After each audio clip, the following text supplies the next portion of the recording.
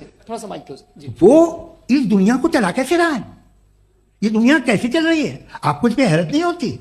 या कयामत के बाद कभी एक जस्टिस होगा, जब ये बच्चा मर चुका होगा जिसकी धज्जियां उड़ गई बम से, इसको इंसाफ मिलेगा सब। अच्छा, अब जवाब दूं? हाँ दीजिए। मैं इसीलिए आपकी तरफ आपने कहा कि आपने साबित ही नहीं किया, जबकि आर्गुमेंट ऑफ कॉन्टिंजेंसी बुनियादी आर्गुमेंट है। आप मुझे कॉन्टिजेंसी का मतलब बताइए, आपका मतलब क्या कॉन्टिजेंसी?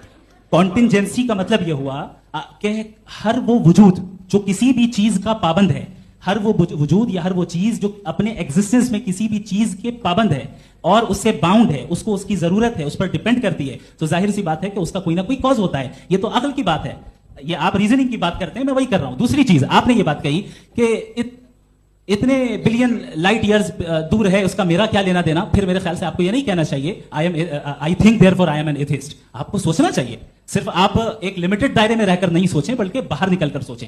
आपने तीसरा सवाल किया, आपने प्रॉब्लम ऑफ इविल के ताल्लुक से सवाल किया, और बार बार आप एक लफ्ज रिपीट कर रहे हैं कि ओमनीपोटेंट गॉड है, ऑल पावरफुल गॉड है। यही तो दरअसल समझना है कि गॉड का कॉन्सेप्ट क्या है। प्रॉब्लम ऑफ इविल जो है, प्रॉब्लम ऑफ इविल दर हकीकत दो असम्पशंस पर कायम है। अगर आप इन दो असम्पशंस को समझ जाएं तो ये प्रॉब्लम नहीं रहेगी, आर्गुमेंट आपको समझ में आ जाएगी कि ये कोलैप्स कर जाता है।